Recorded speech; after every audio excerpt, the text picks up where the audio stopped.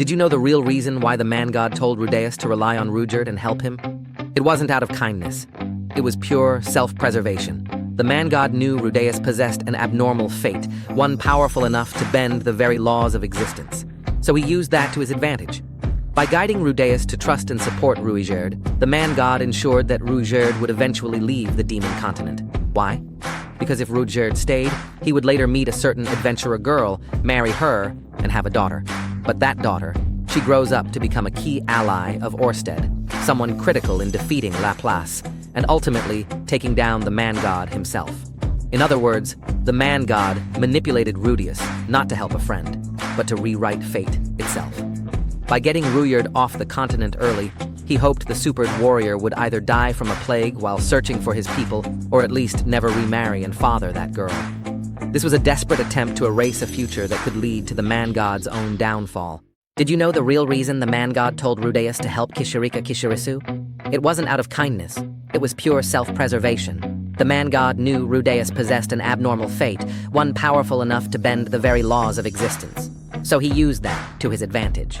So when he told Rudeus to help Kishirika, he wasn't just being helpful, he was setting a trap. As a reward, Rudeus received the demon eye. Sounds cool, right? But here's the catch. It took Rudeus a full week to fully master that. And because of that delay, he missed his reunion with Roxy. Why does that matter? Because to the man god, Rudeus and Roxy are two people who should never meet again. Because if they do, they'll marry, and their future child becomes a major reason the man god is ultimately defeated. Their child is the key to his downfall.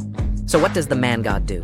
He manipulates Rudeus into meeting Kishirika, knowing that her fiancé, Badigadi, will eventually appear, and that opens the door for the next phase of his plan, to keep Rudeus distracted, off track, and far away from the destiny that could destroy the man god once and for all.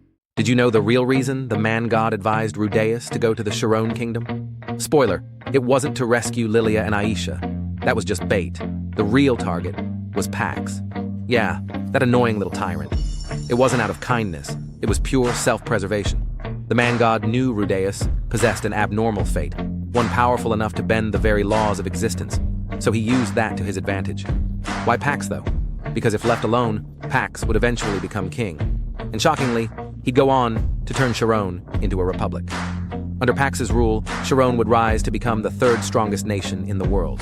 And more importantly, in New Republic, the demon god Laplace will reincarnate the holder of Last Artifact. If Sharon became a republic, Orsted could easily gain access to that artifact, and that would be checkmate for the man god. He sent Rudeus to Sharon, not just to stir things up, but to break Pax's future. And it worked. Pax was humiliated, exiled, and completely lost his confidence, and he ended up seeking aid from the Dragon King Kingdom. And when he realized he is not worth for king, instead of making his country republic, he took his own life.